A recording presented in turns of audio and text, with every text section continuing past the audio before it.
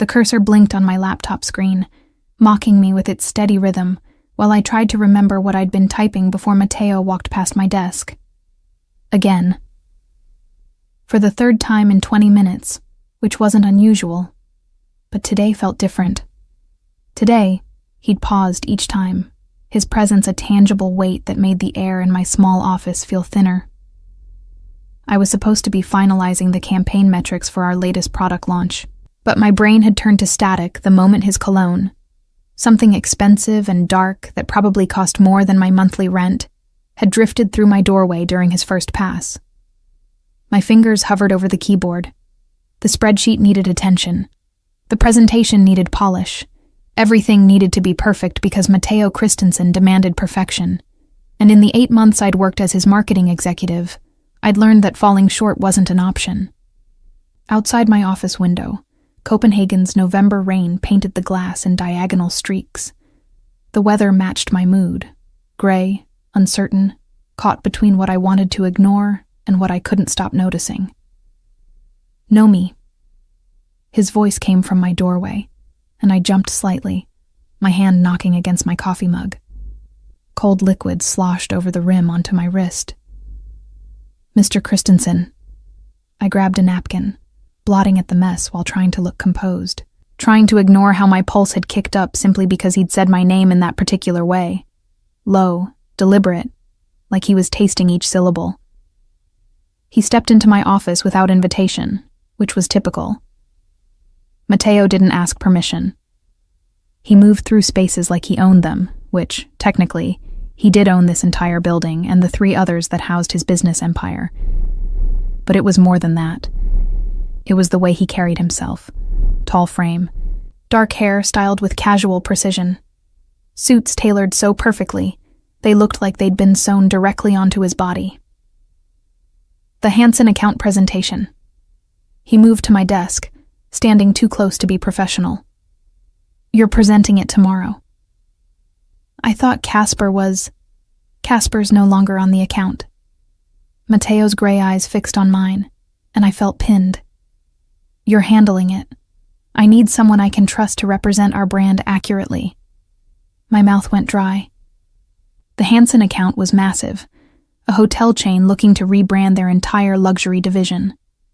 Casper Rasmussen had been preparing for weeks, and now, 24 hours before the pitch, I was taking over. "I can do it," I heard myself say, even though panic was already climbing my spine. "I'll need access to Casper's files and..." "Already in your shared drive." He glanced at my computer screen, then back to me. "You'll work late tonight. I'll stay to answer any questions." It wasn't an offer. It was a statement of fact. "That's not necessary, Mr. Christensen. I'll be in my office." He turned to leave, then paused at my doorway. "And know me? Wear the navy suit tomorrow, the one with the fitted jacket." Heat crawled up my neck. He'd noticed what I wore. I thought I'd been careful to maintain professional distance, to treat him like any other employer despite the way my stomach flipped every time he looked at me with those intense gray eyes. After he left, I sat frozen for a full minute before forcing myself to open the shared drive. Casper's files were immaculate, detailed, exactly what I needed. But underneath the relief was a question I'd been avoiding for months. Why did Mateo pull me into projects at the last minute? Why did he find reasons to keep me late? Why did he care what suit I wore? I pushed the thoughts away and dove into the presentation. By 7 p.m., the office had emptied, except for Mateo and me. I could hear him occasionally on phone calls, his voice carrying through the walls in bursts of rapid Danish that I'd learned to recognize as business negotiations. Sometimes I caught Italian phrases mixed in, remnants of his mother's heritage that only emerged when he was particularly frustrated or focused. At 9, I finally stood to stretch, my back aching from hours hunched over spreadsheets. My office felt stuffy, the heating system too efficient for late-night work. I'd shed my cardigan hours ago, working in just my simple cream blouse and pencil skirt. I was reaching for my water bottle when Mateo appeared in my doorway again. This time, his tie was loosened, his jacket discarded somewhere. The top button of his shirt was undone, and I caught a glimpse of his collarbone before forcing my gaze back to his face. "How's it going?" He stepped inside, and I became hyper-aware of how empty the building was, how alone we were. "Good. I think I have the main points structured. I just need to refine the closing pitch." He moved around my desk to look at my screen, standing beside me. Too close. I could feel the warmth radiating from him, could smell that cologne again mixed with something earthier, his own scent underneath. This section. He leaned forward, pointing at my screen. His arm brushed against mine, and electricity shot through me. "You're being too cautious. Hansen wants bold. They want transformation." His finger traced along the text, and I found myself watching his hand. Strong, capable, with a signet ring on his right pinky that I'd learned was a family heirloom. There was a small scar across his knuckles that I'd spent more time than I should wondering about. "Rewrite this paragraph." He straightened, but didn't step back. "Show them we're not just updating their image, we're revolutionizing their market position." I nodded, not trusting my voice. He was so close I could count his eyelashes if I was bold enough to look up. "You're nervous." It wasn't a question. "It's a big account." "That's not why you're nervous." His voice dropped lower. "You're nervous because I'm standing too close to you." My breath caught. "Mr. Christensen, Matteo." He didn't move away. "When it's just us, call me Matteo." "That wouldn't be appropriate." "Appropriate." He tested the word like it was foreign. "You've worked for me for 8 months, Nomi. You've never called me by my first name. Never even slipped once. Because slipping meant acknowledging something I couldn't afford to acknowledge. That somewhere between the demanding deadlines and his intense scrutiny, I'd developed feelings that went far beyond professional respect. "I should finish this." I gestured vaguely at my computer. "The presentation can wait 5 minutes." He reached past me, closing my laptop with deliberate slowness. "I need to ask you something, and I need you to answer honestly." My heart hammered against my ribs. "What?" "Why did you block Mads Larsen on social media last week?" The question hit me like cold water. How did he know about that? Mads was my ex-boyfriend from university. And yes, I'd finally blocked him after 2 years of intermittent checking-in messages that made me uncomfortable. But how did Matteo... "I monitor potential security threats to my employees." His voice was carefully neutral, but something flickered in his eyes. "When someone repeatedly contacts one of my executives after being asked to stop, I notice. He's not a threat. He's just persistent." I tried to step back, but my chair blocked me. "It's personal. It doesn't affect my work." "Everything about you affects your work." The intensity in his voice made me look up, and I immediately regretted it. His gaze was dark, focused, like I was a problem he was trying to solve. "You've been distracted. More than usual." "More than usual?" Defensiveness crept into my tone. "I complete every project ahead of schedule. My campaigns consistently outperform projections. If you're implying..." "I'm not criticizing your work." He cut me off gently. "I'm asking if you're okay." The concern in his voice disarmed me. Matteo Christensen, notorious for his ruthless business tactics, feared by competitors, known for dismantling careers with single sentences, was asking if I was okay? "I'm fine," I managed. "Mads and I dated for 4 years. We broke up 2 years ago. He struggles with closure. But I've handled it. By blocking him. By setting a boundary." I met his eyes, which is healthy and appropriate. Something that might have been approval crossed his face. Good. The silence stretched between us, heavy with things unsaid. I became aware of how late it was, how empty the building felt, how intimate this moment was despite the fluorescent lighting and office furniture. "You should go home." Matteo said finally, but he didn't move. It's late. You're still here. I'm always here. A hint of weariness touched his voice. The company doesn't sleep. I don't get that luxury. For the first time, I noticed the shadows under his eyes, the slight tension in his jaw. Matteo projected invincibility, but standing this close, I could see the cracks in the armor. The presentation will be perfect, I said softly. Thank you for trusting me with it. He studied me for a long moment. I trust very few people, Nomi. You're one of them. Then he stepped back, grabbed his jacket from where he'd apparently draped it over my spare chair, and left without another word. I stood there for several minutes after he'd gone, trying to steady my breathing, trying to convince myself that the conversation had been normal, professional, nothing to dissect. But my hands were shaking as I packed up my laptop. I took the train home to my small apartment in Nuremberg, the presentation files loaded on my tablet for final review.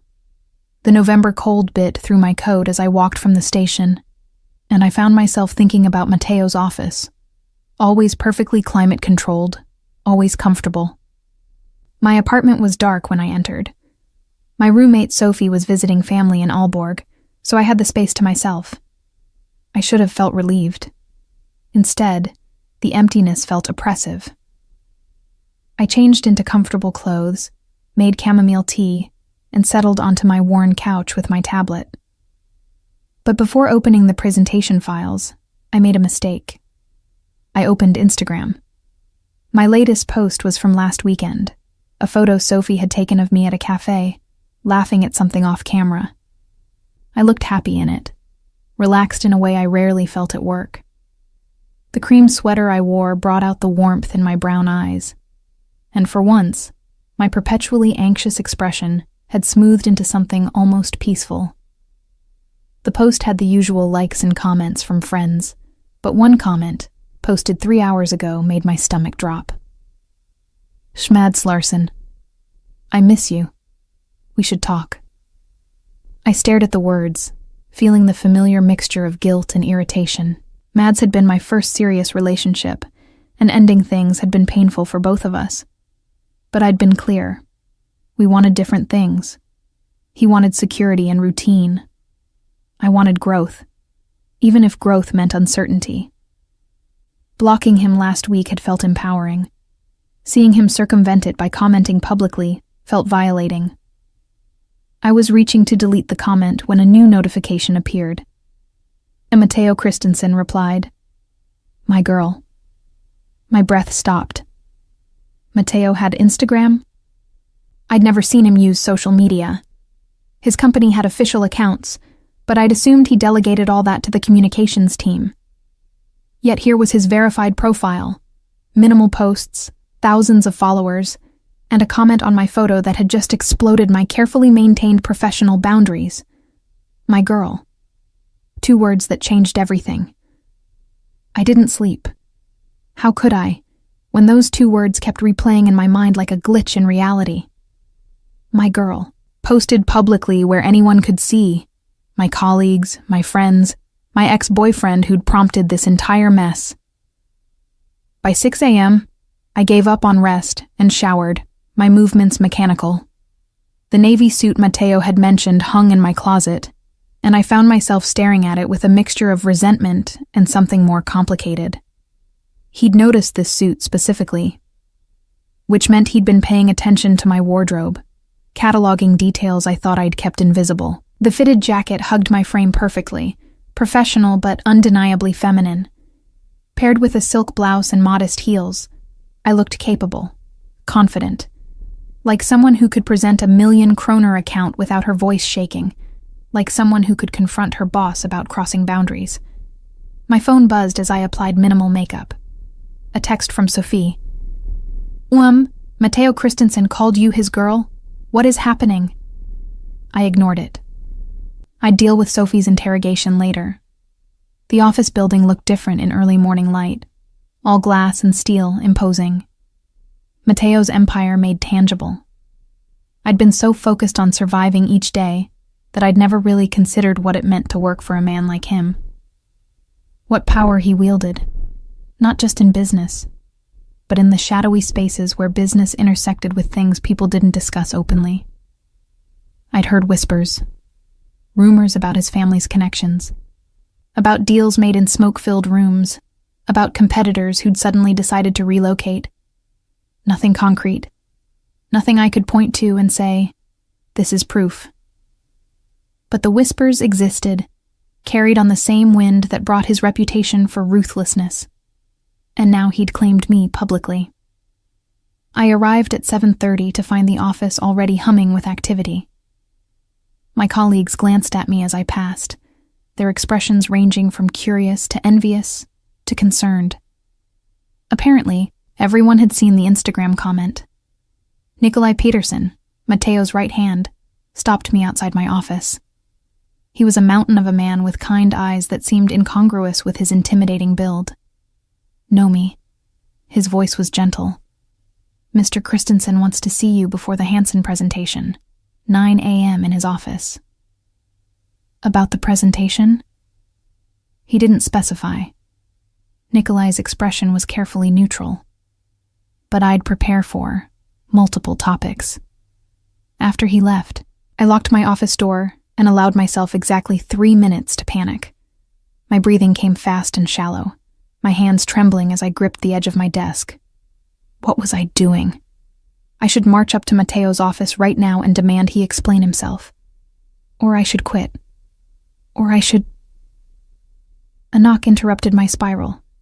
Know me? Sophie's voice filtered through the door. Let me in.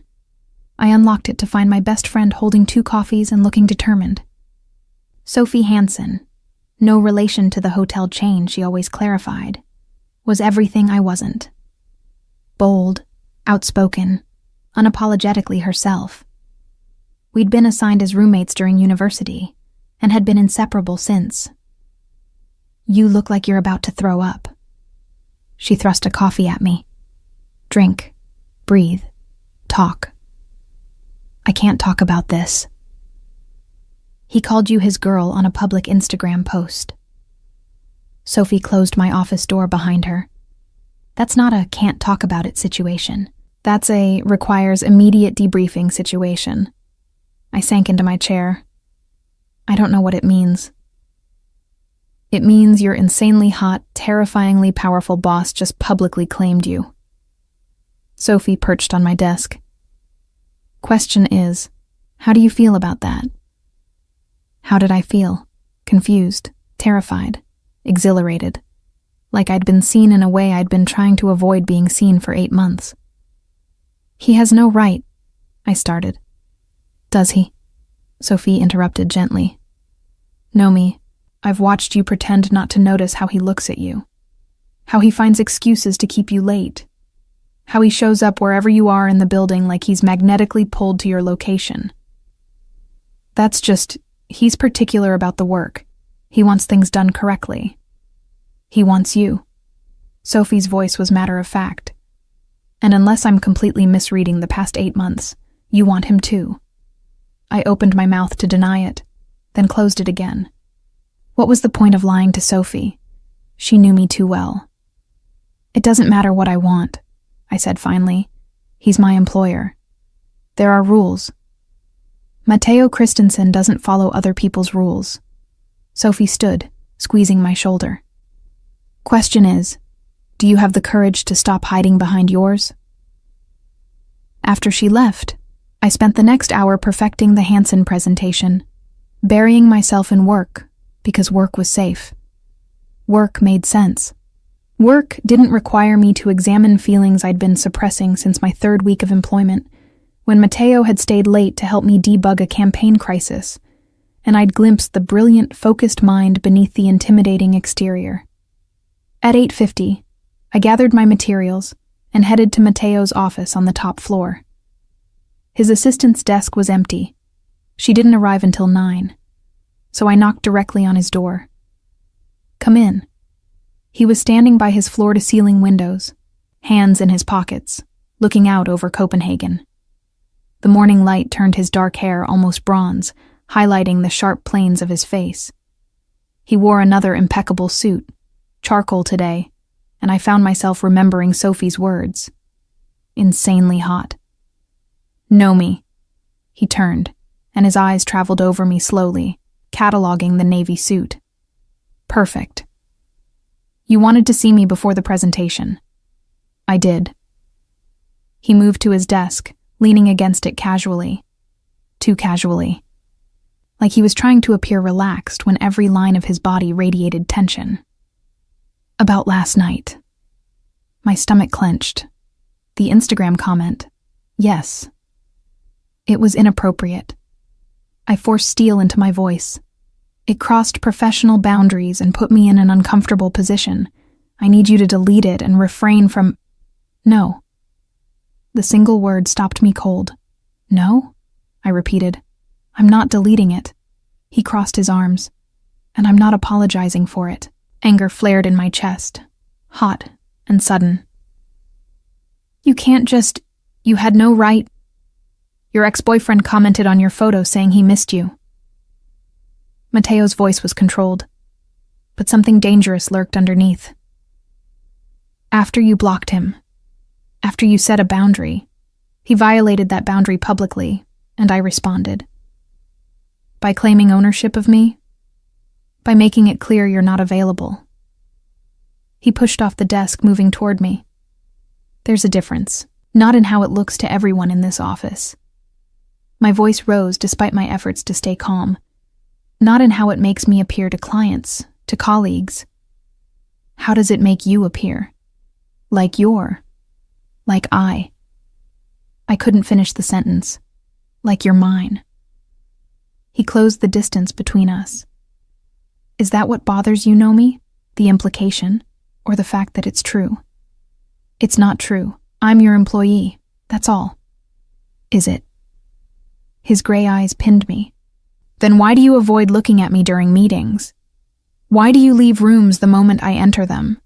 Why do your hands shake every time I stand too close? Because you terrify me, I wanted to say. Because I feel things for you that I have no business feeling. Because when you look at me like you're looking at me right now, I forget every reasonable objection I've ever had. This is inappropriate, I managed. I could report this to HR. You could. He didn't back away. You won't. You're that confident? I'm that observant. His voice softened slightly. I know you know me. Better than you think.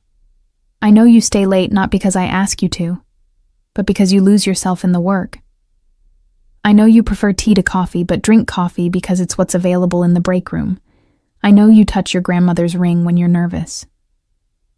His gaze dropped to my right hand, where I was indeed spinning the delicate gold band I never removed. I know you're brilliant and underestimated and so careful about letting anyone see who you really are. My throat tightened. Stop. Why? Because I'm saying things you don't want to hear? Or because you've spent 8 months pretending you don't feel what I know you feel? You don't know what I feel. Then tell me I'm wrong. He was so close now I could feel his breath. Tell me you don't think about me when you're alone. Tell me you don't notice when I'm watching you. Tell me the idea of being mine doesn't send heat through your entire body. I couldn't. God help me. I couldn't lie with him looking at me like that. This can't happen, I whispered instead. You're my boss. There are rules. I don't care about rules. His hand came up, fingers ghosting along my jaw without quite touching. I care about you. The admission hung between us, heavy with implications. My mind raced through objections, the power dynamic, the professional consequences, the complications. But my body had already made its decision, swaying toward him like a compass finding north. Mateo. His name felt strange on my tongue, intimate. I can't lose this job. I can't afford... You'll never lose this job. His voice was fierce. Not while I'm breathing. But I need to know. Is it just the job you're afraid of losing? Or is it something else? What else? My carefully constructed walls. My safety and emotional distance. The person I'd convinced myself I needed to be. Professional, untouchable, safe. Before I could answer, his phone buzzed. He glanced at it, frustration flickering across his face. The Hansen team is early. They're in the conference room. He stepped back, and I felt the absence of his proximity like a physical loss. We'll finish this conversation later. Matteo, later, Nomi. His voice carried a promise and a warning. After you dazzle them with your presentation. The Hansen pitch went flawlessly. I presented with a confidence I didn't entirely feel, channeling nerves into energy. The hotel executives nodded approvingly. Matteo sat at the head of the conference table, his expression neutral, but I felt his attention on me throughout. Tracking my movements, noting when I improvised, silently supporting. When I finished, Mr. Hansen himself stood to shake my hand. Brilliant work, Ms. Thompson. Exactly the fresh perspective we needed. After they left, my colleagues congratulated me. Casper Rasmussen, the executive I'd replaced on the account, approached with a tight smile. Nice presentation, he said, though his eyes were cold. Mr. Christensen clearly has faith in you. The implication was clear, and now everyone knew why. I retreated to my office, exhaustion crashing over me. My phone showed 17 unread messages, Sophie demanding updates, my mother asking about dinner this weekend, and several texts from numbers I didn't recognize. Colleagues gossiping, probably. And one text from Matteo, sent during the presentation. You were perfect. My office, 6 p.m. I stared at it for a long time, trying to decide if I had the courage to show up. I did show up, of course. Because despite every reasonable objection, every professional boundary I should have maintained, I needed answers. And maybe I needed to stop hiding from what I'd been feeling since my second month of employment, when Matteo had defended my campaign strategy in a board meeting with such fierce conviction that I'd realized he actually listened to me, saw me, valued my ideas in ways my previous employers never had. His office was dark when I entered at 6 p.m., lit only by the amber glow of desk lamps. Matteo stood by the windows again, Copenhagen's evening skyline glittering behind him. He'd shed his jacket, his white shirt rolled to the elbows, revealing corded forearms. The vulnerability of the gesture struck me. This small concession to comfort from a man who usually presented flawless control. Close the door, he said without turning. I did, my heart hammering. The Hansen account loved you. He faced me then, and something in his expression made my breath catch. Pride? Possessiveness? They specifically requested you for all future projects. That's good for the company. It's good for you. He moved toward his desk, pouring 2 glasses of whiskey from a crystal decanter. You deserve recognition for your work. He offered me 1 glass. I took it, our fingers brushing.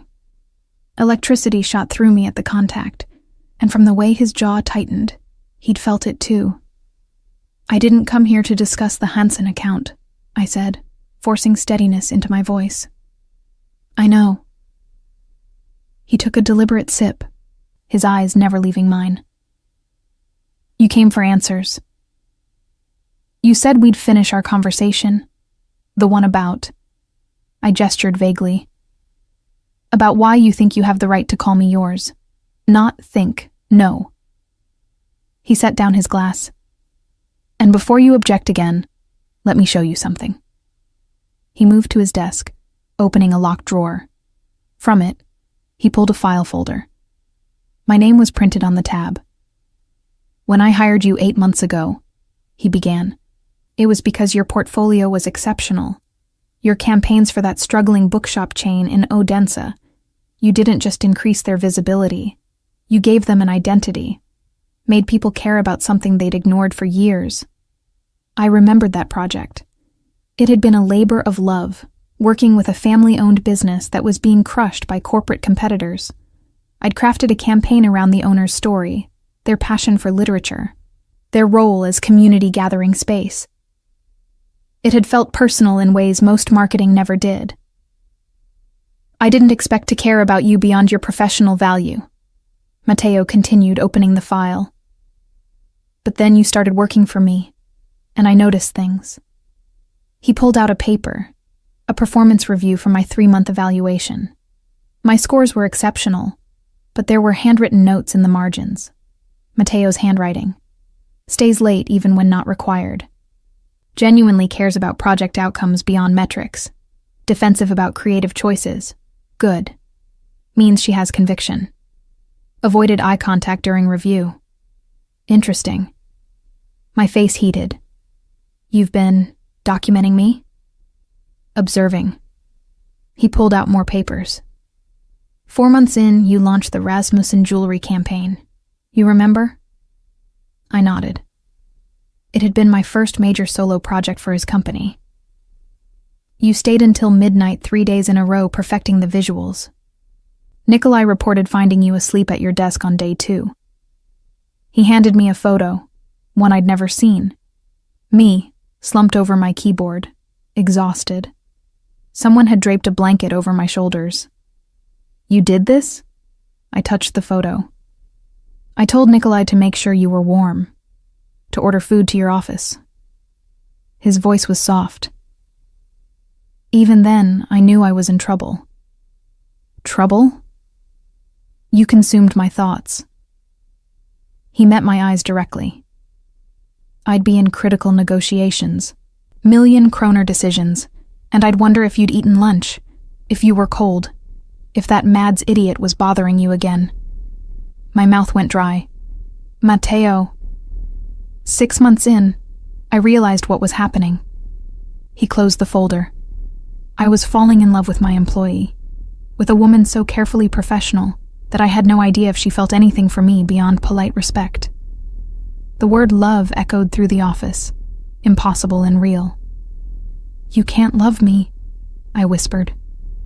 You barely know me. I know you. His intensity was overwhelming. I know you take your tea with honey and lemon.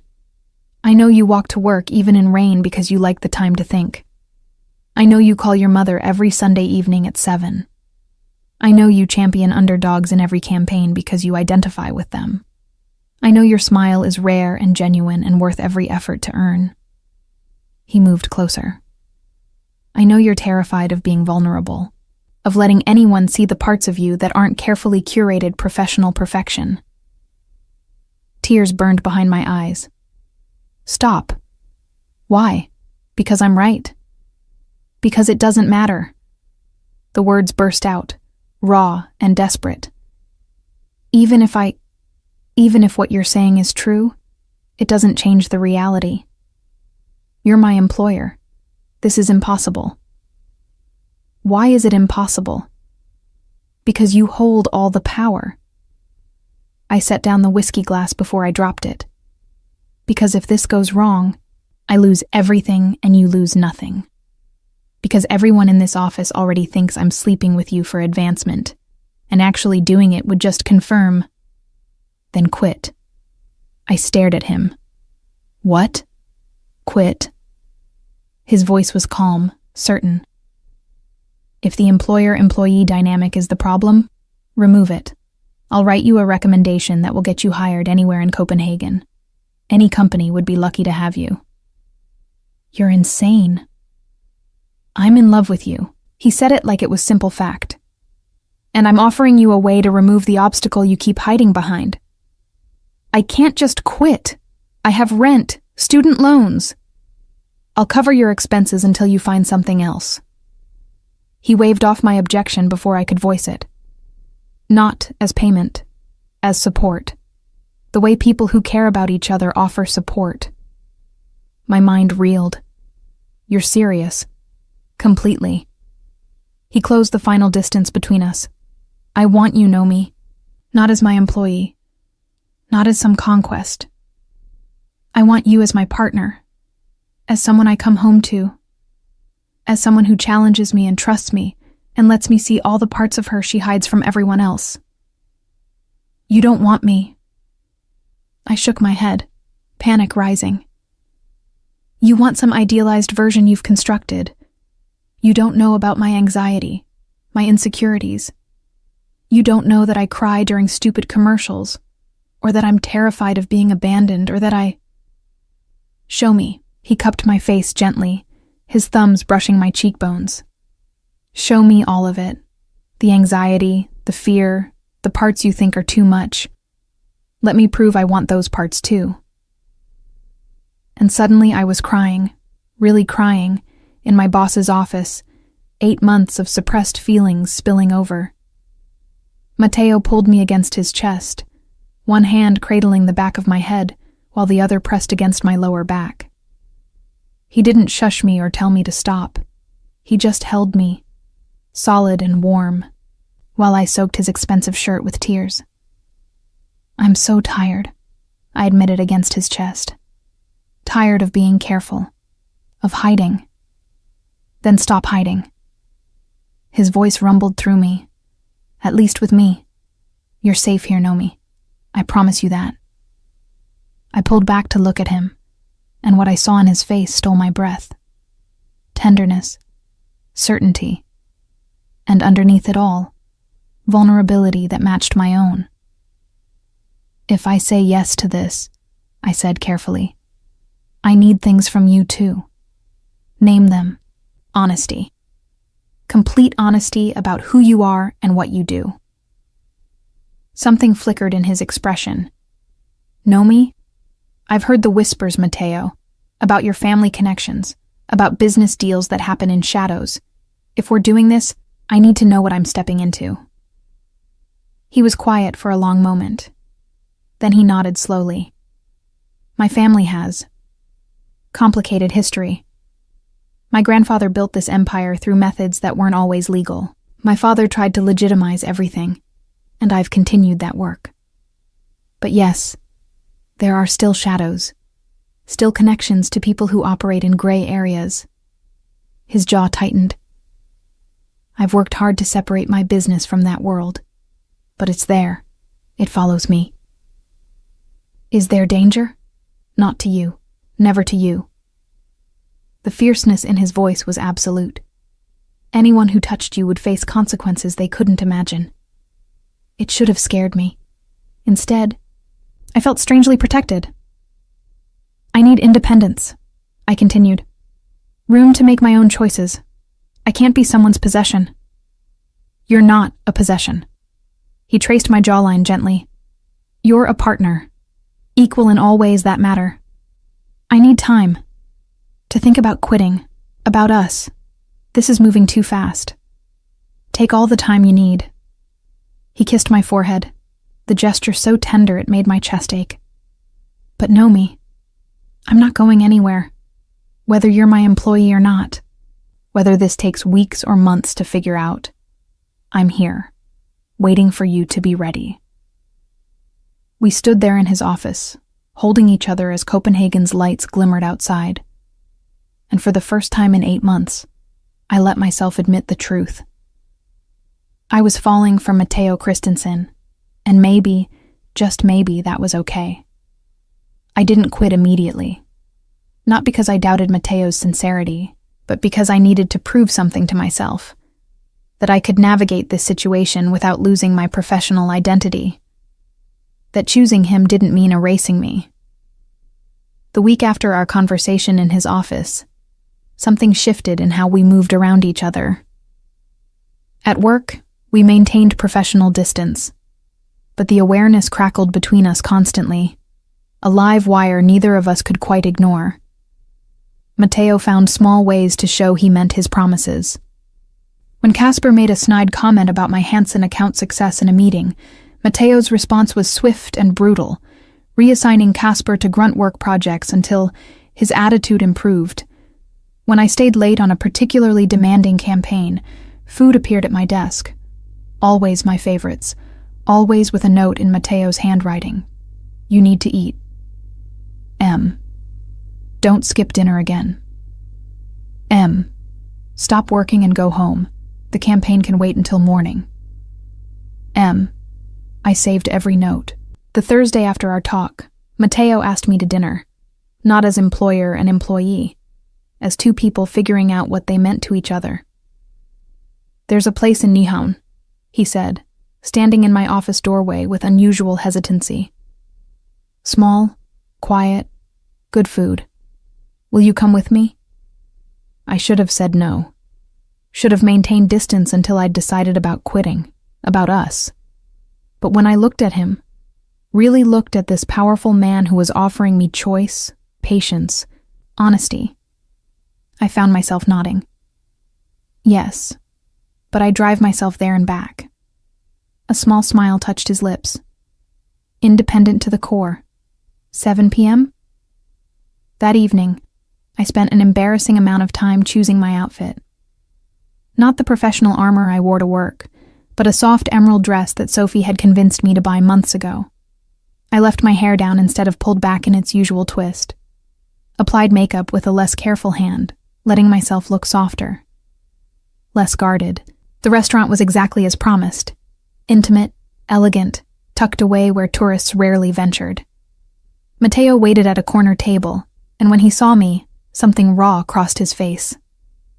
Know me. He stood, pulling out my chair. You look different? Like yourself. His hand brushed my shoulder as I sat. Like the woman you are when you're not hiding behind professional distance.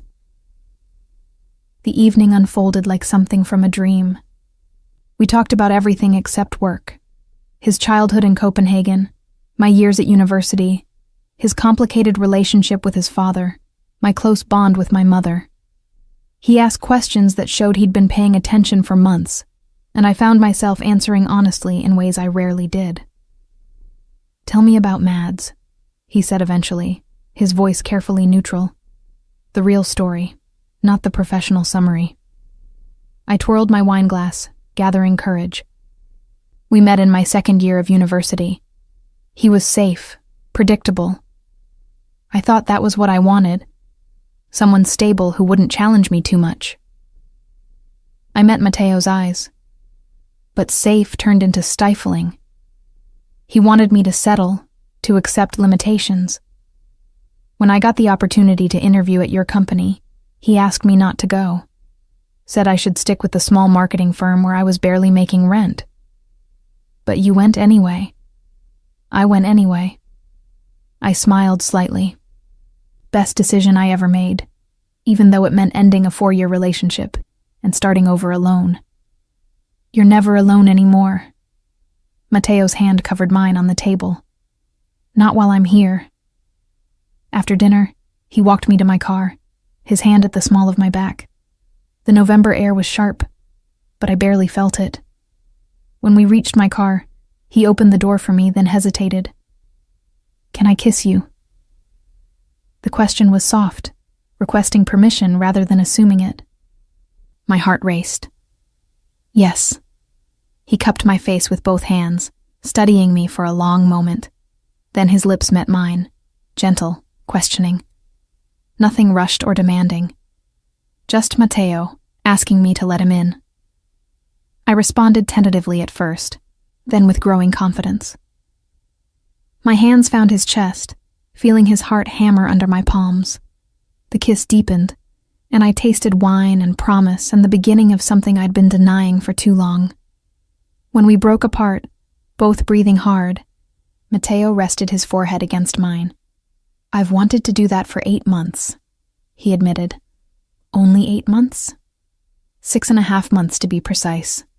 It was the day you presented the Aalborg tourism campaign and got so passionate about preserving local culture that you barely noticed you were arguing with the CEO. He smiled. You were magnificent. I wanted to kiss you right there in the conference room. That would have been inappropriate. Most of what I feel for you is inappropriate. His thumbs traced my cheekbones. But I'm done pretending otherwise. The next week, Matteo's protection became more visible. When a client made an inappropriate comment about my appearance, Matteo had him removed from the building within minutes. When someone leaked office gossip suggesting I'd slept my way to the Hansen account, Matteo launched an internal investigation that ended with 2 firings. "You can't fire everyone who says something about us," I told him after the second incident. "I can and will." His voice was steel. "You deserve respect. Anyone who can't provide that doesn't belong in my company." His intensity should have frightened me. Instead, I found it oddly freeing. For years, I'd absorbed disrespect with professional smiles, told myself to rise above it. Having someone willing to fight for me felt revolutionary.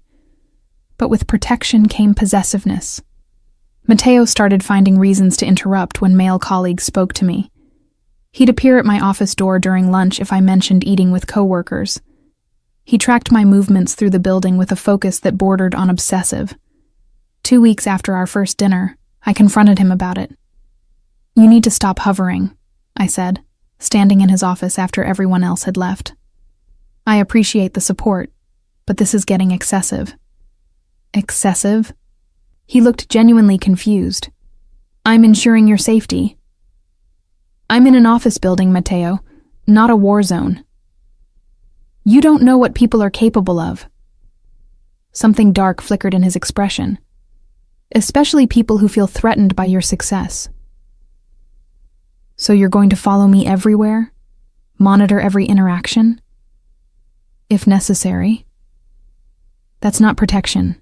That's control." The word hung between us, sharp-edged. Matteo was silent for a long moment. Then he sank into his desk chair, running a hand through his hair, a rare gesture of frustration. "You're right." His voice was low. I'm not good at this, at caring about someone this much. It makes me want to wrap you in protection until nothing can touch you." I moved around his desk, turning his chair so he faced me. "I don't need wrapping. I need partnership. Trust that I can handle myself." "I know you can handle yourself, but that doesn't stop me from wanting—" He cut himself off. "Wanting what?" "To keep you safe. To make sure no one hurts you the way." He looked away. "The way my mother was hurt." The admission startled me. Matteo rarely mentioned his mother. "What happened to her?" I asked gently. "My father's business associates." His jaw tightened. "They thought they could pressure him through her. They were wrong. But she paid the price for their attempt." "Matteo, she survived. But she was never the same. Never felt safe again." He met my eyes. "I won't let that happen to you. I can't." Understanding dawned. "So this isn't about controlling me. It's about protecting me from your world." "Both." He pulled me between his knees, his hands settling on my hips. "I want you, Nomi. But I know what wanting you means, the risks it brings. And I'm terrified of those risks touching you." I threaded my fingers through his hair. "Then give me information instead of protection. Tell me what to watch for. Trust me to be your partner, not your responsibility." He looked up at me with such raw emotion that my breath caught. "I don't deserve you." "Probably not." I smiled slightly. "But you're stuck with me anyway." He pulled me down into his lap, and I went willingly. We kissed slowly, thoroughly, learning each other without urgency. His hands mapped my body with reverent attention, and I found myself relaxing against him in ways I'd never relaxed with anyone. "Come home with me," he murmured against my throat. "Not for, just to be together. Let me cook you dinner. Let me show you who I am outside this office." "Okay." The word felt like a leap, but I was ready to jump. Matteo's home was a penthouse in Urestad, all sleek lines and floor-to-ceiling windows overlooking the city. But what struck me most wasn't the obvious wealth. It was the signs of actual living. Books scattered on surfaces, a guitar in the corner, photos on shelves showing a younger Matteo with people who must be family. "You play guitar?" I touched the instrument gently. Badly. He shrugged out of his jacket, suddenly looking less like a powerful executive and more like a man letting someone into his private space. My mother taught me. I never got very good, but I kept it after she. He didn't finish the sentence. I picked up a photo frame. Matteo, maybe 19, standing between an elegant woman with his eyes and a stern-looking older man. Your parents? Shortly before my mother's incident. His voice was carefully neutral. Before everything changed. I set the photo down, turning to face him. Tell me about it, the real story. So he did. We sat on his modern couch, Copenhagen glittering below us, while Matteo talked about growing up in a family where business and danger intertwined. About his grandfather's original empire built on black market shipping during the Second World War. About his father's attempts to legitimize everything.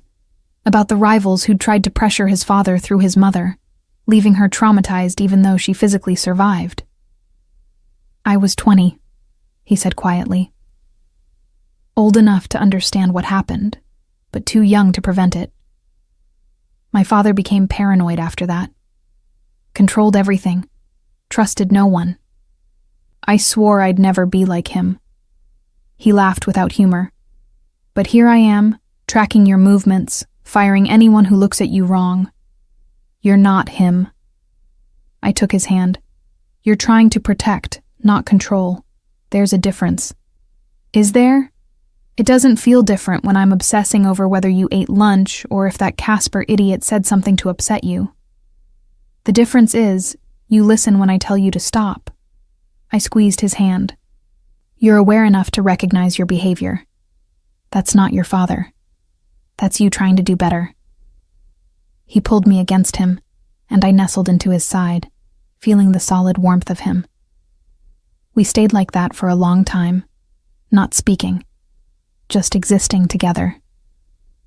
Eventually, Matteo cooked. Actual cooking, not ordering in.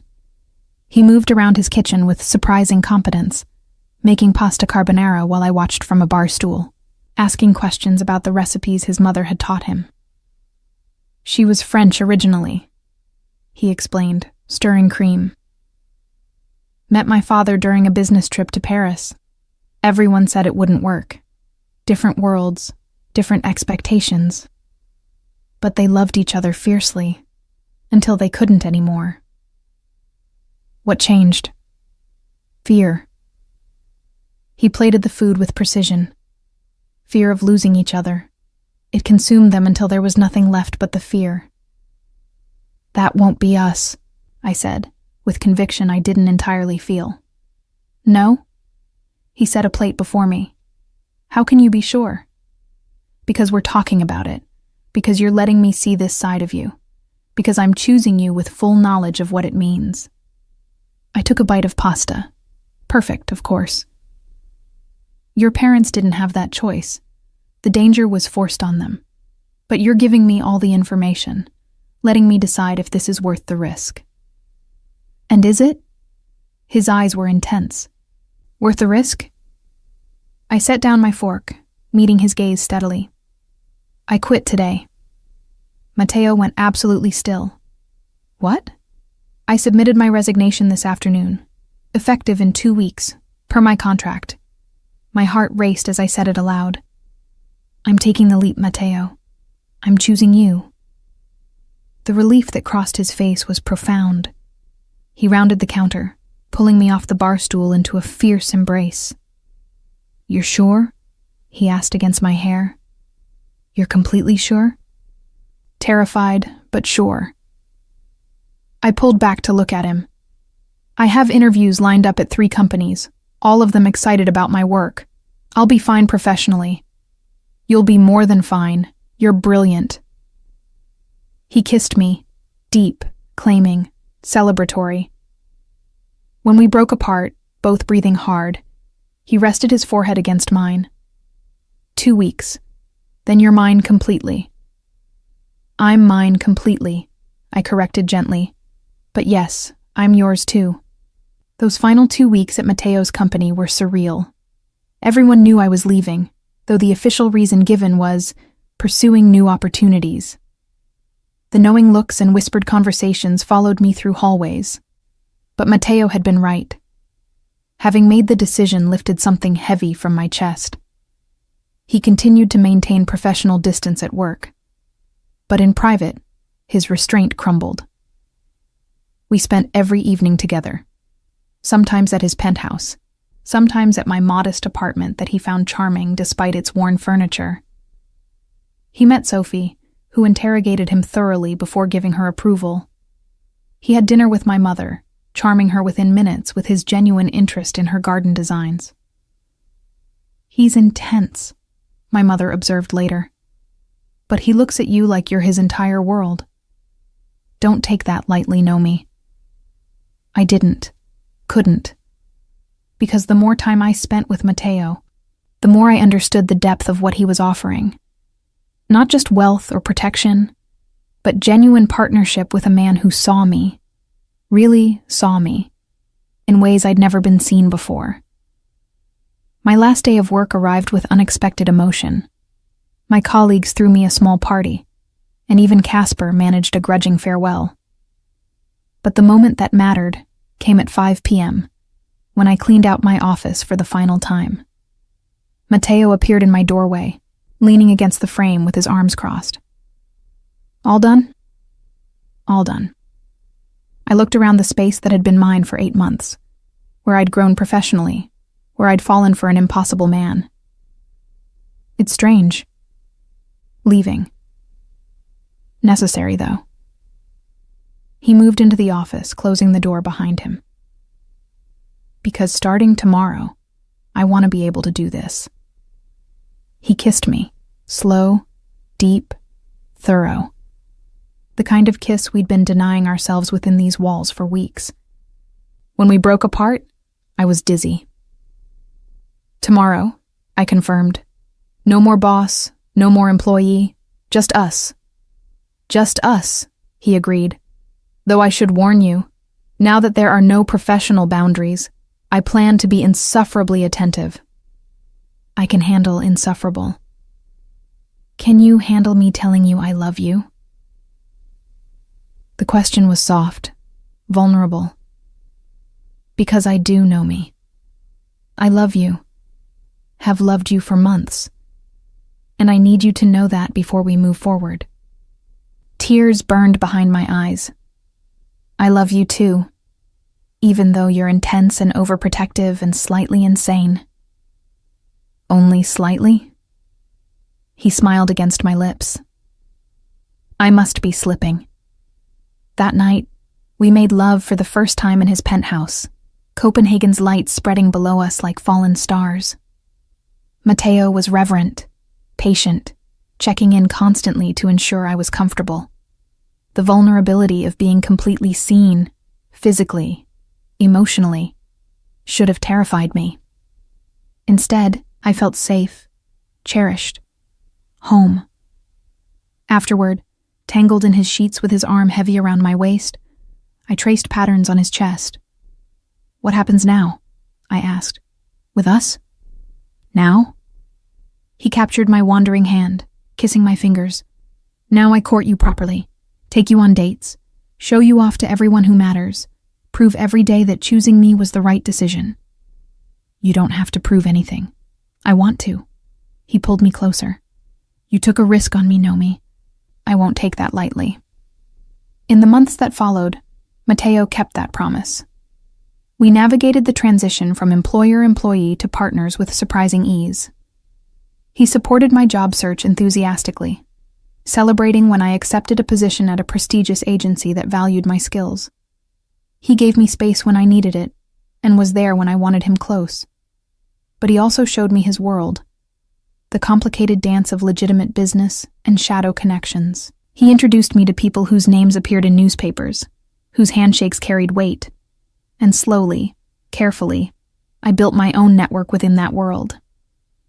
Not as Mateo's girlfriend, but as Nomi Thompson, marketing executive with her own reputation. 6 months after leaving his company, Mateo took me back to the restaurant in Nyhavn, where we'd had our first real date. Over dessert, he handed me a small box. Inside was a key.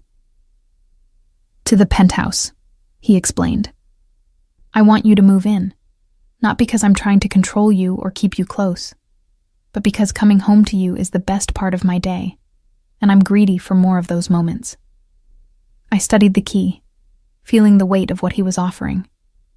"I keep my apartment, for now, just in case." "In case of what?" "In case you get tired of my organizational obsession or my need to work late, or my tendency to cry during commercials." "Not possible." He took my hand. "But keep the apartment if it makes you feel secure. I just want you to know you have a home with me, whenever you're ready." I moved in 2 weeks later, my organizational obsession immediately transforming his minimalist penthouse into something lived in and warm. Mateo loved every change, from my books on his shelves to my tea collection taking over his kitchen. And when we curled up together at night, Copenhagen glowing below us, I felt something I'd rarely felt in my careful, controlled life, free, seen, loved exactly as I was. The Instagram post came on a Tuesday morning, exactly 9 months after Mateo's original "My Girl" comment that had started everything. I was getting ready for work. My new job at the prestigious agency was demanding but fulfilling when my phone exploded with notifications. 50, then 100, then more than I could count. Sophie called immediately. "Have you seen it?" "Seen what?" "Mateo's Instagram. Check. Now." I opened the app with trembling hands. Mateo had posted a photo, us at dinner last weekend, his arm around me, both of us laughing at something off camera. I looked happy in a way I'd never seen myself look before, unguarded, in love. The caption made my breath stop. 9 months ago, I claimed this woman as mine. Today, I'm asking her to make it official. "Nomi Thompson, will you marry me?" My phone immediately rang. Mateo's number. "Before you panic," he said when I answered, "look out your window." I crossed to the penthouse's floor-to-ceiling windows. Below in the courtyard, Mateo stood holding a sign large enough to read from 20 stories up. "I love you. Say yes." "You're insane," I managed, tears streaming down my face. "Is that a yes?" "You're supposed to ask in person, not announce it to the entire internet." I wanted everyone to know. No ambiguity, no room for doubt. You're mine, I'm yours, and I want the world to witness us choosing each other. His voice softened. "So I'll ask again properly. Come downstairs, Nomi. Let me do this right." I threw on clothes, not bothering with makeup, and took the elevator down with my heart in my throat. Mateo waited in the lobby, dressed for work, but holding a ring box that made everything real. When he saw me, tear-stained and disheveled, his face transformed into pure love. "You're beautiful," he said. "I'm a mess." "My mess." He took my hands, pulling me close. "Nomi Thompson, you walked into my company 9 months ago, and you've dismantled every wall I'd spent years building. You've shown me what partnership looks like, what trust means, what it feels like to be seen, truly seen, by someone who loves every complicated part of you." He sank to one knee, and I covered my mouth with shaking hands. "I don't deserve you, but I'm asking anyway. Will you marry me? Will you let me spend my life proving that choosing me was worth it?" "Yes." The word came out choked. "Yes, you impossible man. Yes." He slid the ring, a simple emerald surrounded by diamonds, onto my finger, then stood and pulled me into a kiss that felt like a promise. Around us, people in the lobby began applauding, but I barely heard them. "The Instagram post," I said when we broke apart. "Everyone's going to see. That's the point." He touched my face gently. "I want your ex-boyfriend to see. I want every person who ever underestimated you to see. I want the world to know that you're taken, treasured, and about to become my wife. Your wife. I tested the words. That's terrifying. Good terrifying or bad terrifying? Both. I laughed through tears, but mostly good. The months leading to our wedding were chaotic and perfect. My mother cried when we told her, then immediately began planning with an enthusiasm that both charmed and overwhelmed Matteo. Sophie became my self-appointed wedding coordinator, handling details with military precision. Matteo's family was more complicated. His father attended our engagement dinner but said little, his disapproval evident. But his mother, recovered now, though forever changed, embraced me warmly. He needs you, she told me quietly during that dinner. More than he'll ever admit. You soften him without diminishing him. That's rare. The wedding itself was small, intimate. Just family and close friends in a ceremony overlooking the water at Kronborg Castle. I wore a simple dress that made me feel like myself. Elegant, but not ostentatious.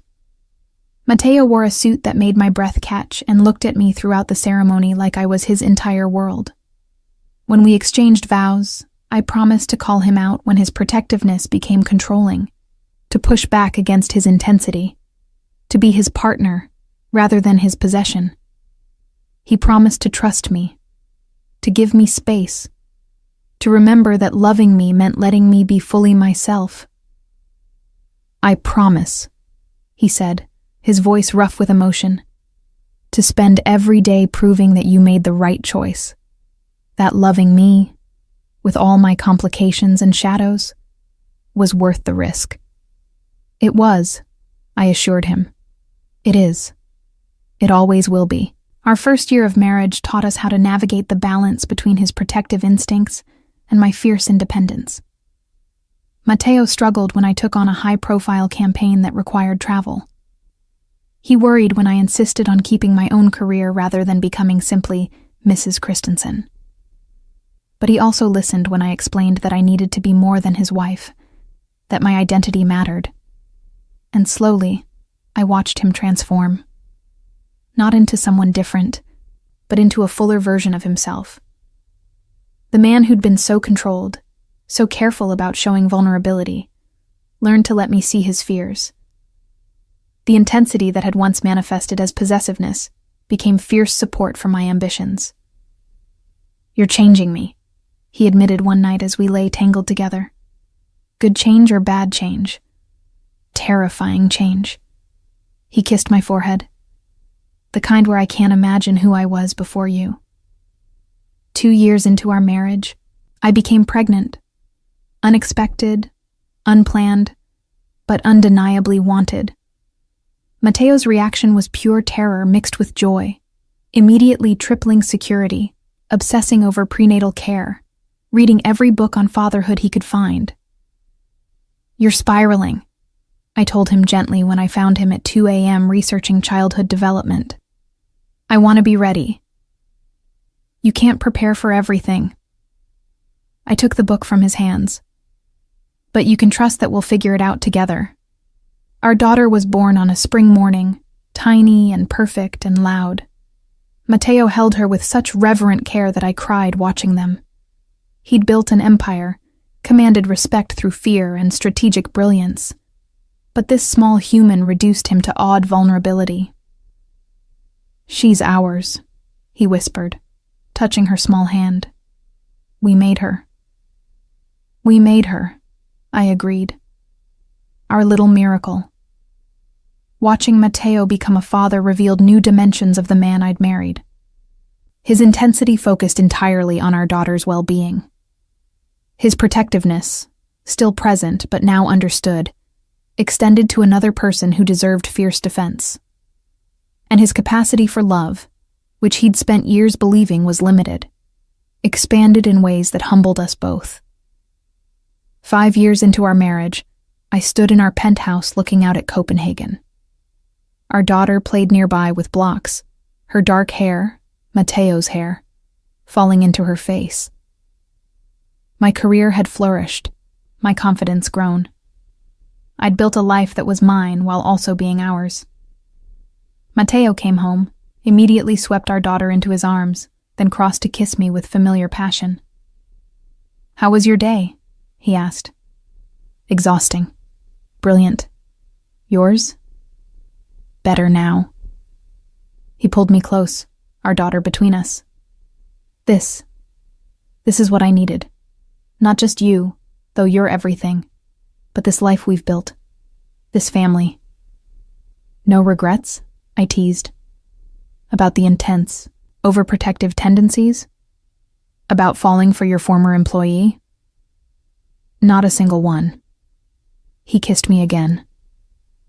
"Best decision I ever made was putting that Instagram comment on your photo." "You mean the territorial, possessive comment that announced to the world I was yours?" "Exactly that one." His smile was unrepentant. "Because it led to this. To you saying yes. To everything that matters. And looking at my husband. This impossible, intense, deeply loving man who'd seen me when I was hiding. I knew he was right. Some loves were safe. Some were expected. But ours? Ours was the kind that changed everything. The kind that demanded courage and honesty and constant choosing. The kind that was worth every risk, every complication, every moment of vulnerability. The kind that transformed two guarded people into partners who'd built something real. "I love you," I said simply. "I know." He touched my face gently. "And I'll spend the rest of my life making sure you never regret saying yes." Our daughter tugged at Mateo's sleeve, demanding his attention, and we both laughed. This beautiful, complicated, perfectly imperfect life was what we'd built together. And it was everything.